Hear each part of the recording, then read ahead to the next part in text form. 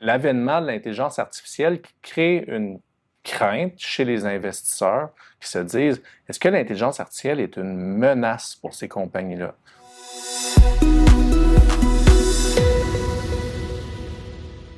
Alors, Charles-Antoine, récemment, on voit plusieurs compagnies de logiciels qui ont vu leur capitalisation boursière chuter de manière importante.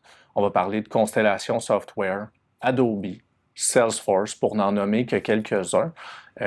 Puis nous, on pense que c'est l'avènement de l'intelligence artificielle qui crée une crainte chez les investisseurs qui se disent, est-ce que l'intelligence artificielle est une menace pour ces compagnies-là?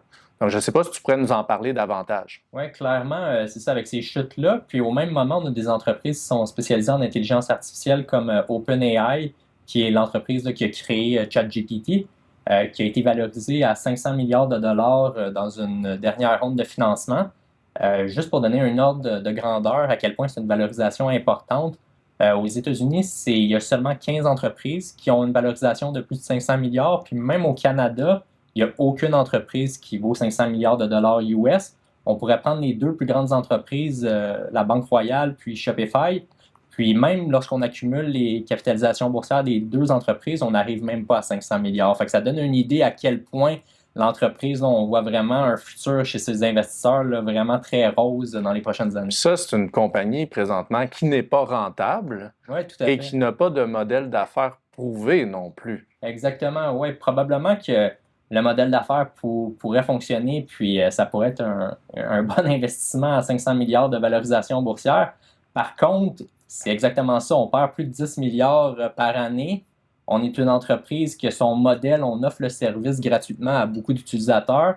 Puis on souhaite que dans le futur, plusieurs utilisateurs commencent à payer. Donc le modèle n'est clairement pas encore prouvé. Donc on ne sait même pas si ça va être une entreprise qui va réussir. On pourrait même voir l'entreprise avoir des difficultés financières dans les prochaines années avec tous les montants qui vont investir dans leur développement là, pour les prochains modèles de ChatGPT. Mais supposons qu'OpenAI a du succès, c'est correct. L'intelligence artificielle, c'est aussi impressionnant que ce qu'on voit aujourd'hui. Donc, les promesses vont être rencontrées éventuellement.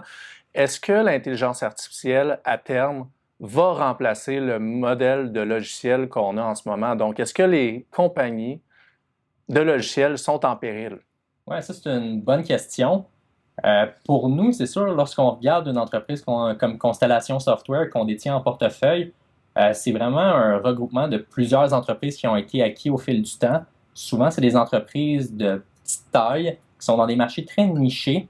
Donc, on parle souvent des entreprises qui vont générer 5 millions, 10 millions de revenus par année. Donc, c'est très petit comme niche.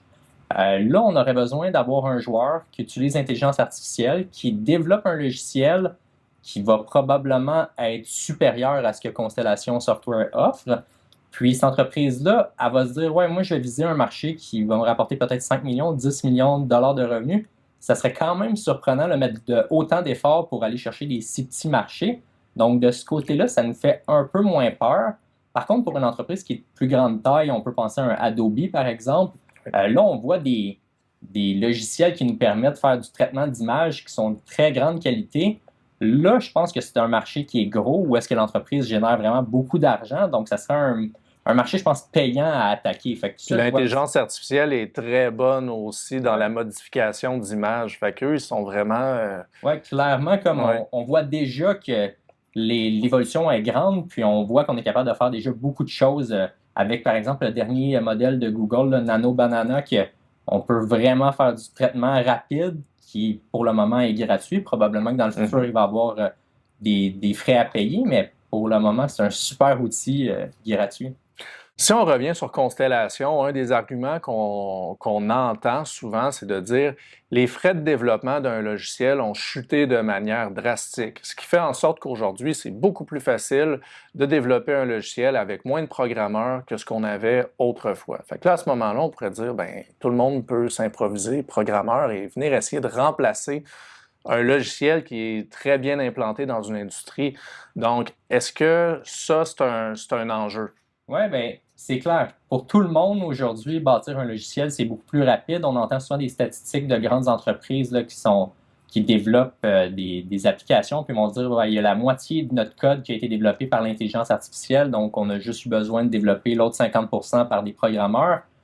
Donc c'est vraiment intéressant, c'est plus rapide. Par contre, c'est possible de développer une belle interface, de développer un beau logiciel, mais on doit connaître l'industrie. C'est facile comme ça de dire ah oui, je veux telle interface, je veux avoir tel bouton, mais en arrière du logiciel, il y a des processus, puis il faut être capable de comprendre, je pourrais donner un exemple, on a un concessionnaire auto, puis moi je suis un client, lorsque je suis client dans le concessionnaire, on m'envoie un message pour me dire que vous avez un rendez-vous pour votre changement d'huile dans la semaine prochaine.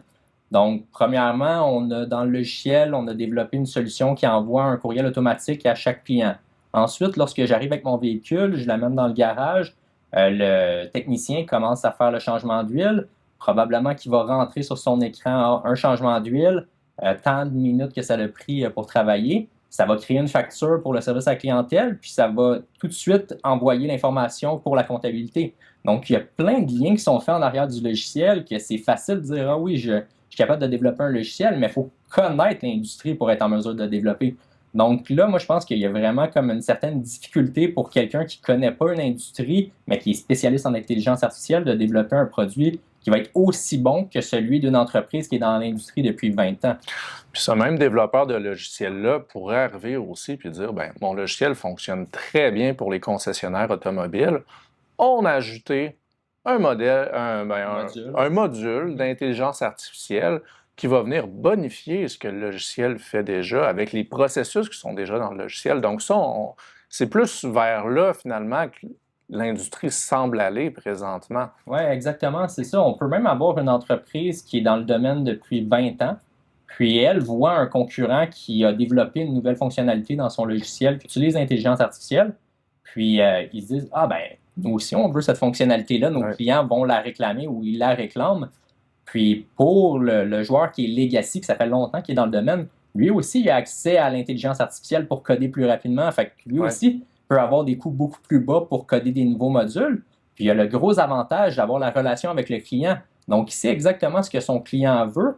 Puis là, il peut lui aussi coder le nouveau module, puis l'ajouter à son offre actuelle. Puis le client n'a pas besoin de changer de logiciel qui est, on le sait, dans cette industrie-là, c'est le point, en fait, dans l'industrie du logiciel, c'est le point majeur. C'est extrêmement difficile pour un client de quitter un fournisseur de logiciels pour en intégrer un autre. C'est des risques opérationnels, c'est des coûts d'implémentation, c'est des consultants. La formation pour les employés. La formation pour les employés. Par exemple, on est spécialisé à utiliser un certain logiciel, puis là, du jour au lendemain, on nous dit, on arrive avec une nouvelle solution.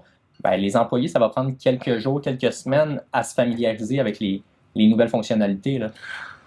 Donc, l'intelligence artificielle, pour nous, chez Medici, on pense que c'est une révolution. Clairement, il y a un changement majeur, il y a des plaques tectoniques qui sont en train de bouger. Par contre, de dire est-ce que les compagnies de logiciels sont en danger présentement, il y en a certaines. C'est au cas par cas. On va parler d'Adobe, par exemple, que nous, c'est très difficile pour nous de prévoir le futur d'Adobe, sachant cela. Mais est-ce que l'ensemble de l'industrie va être affecté négativement? C'est très difficile à dire, mais ce qu'on voit, les mouvements, c'est plus de dire qu'il va y avoir des modules qui vont s'ajouter aux logiciels existants plutôt que des logiciels créés à partir de zéro qui vont venir remplacer ce qui existe présentement. Oui, puis je pourrais peut-être juste ajouter à la fin, pour le moment, lorsqu'on a un LLM, que ce soit Anthropic, que ce soit Gemini, que ce soit ChatGPT, il y a beaucoup maintenant d'entreprises, on peut penser à Salesforce, qui vont dire vous pouvez développer vos propres agents sur notre plateforme. Mais ce que Salesforce fait, c'est qu'elle n'a pas créé son LLM comme ChatGPT a fait. Ce qu'ils font, c'est qu'ils vont faire le lien entre vos données qui sont dans Salesforce, puis les LLM, puis Salesforce va payer un frais pour utiliser les LLM. Mm-hmm. Donc, finalement, il y a juste quelques entreprises qui ont créé le LLM. Puis c'est vraiment les autres entreprises autour, eux, bâtissent sur l'infrastructure. Donc finalement, elle est disponible pour tout le monde. Il n'y a pas de joueur qui a dit pour moi, mon LLM, je ne veux pas le vendre à tout le monde, je vais juste le garder pour moi. Oui, ça ne fonctionnerait pas de toute façon. Ça ne serait pas très payant pour tous les investissements qu'ils ont fait pour les développer, là.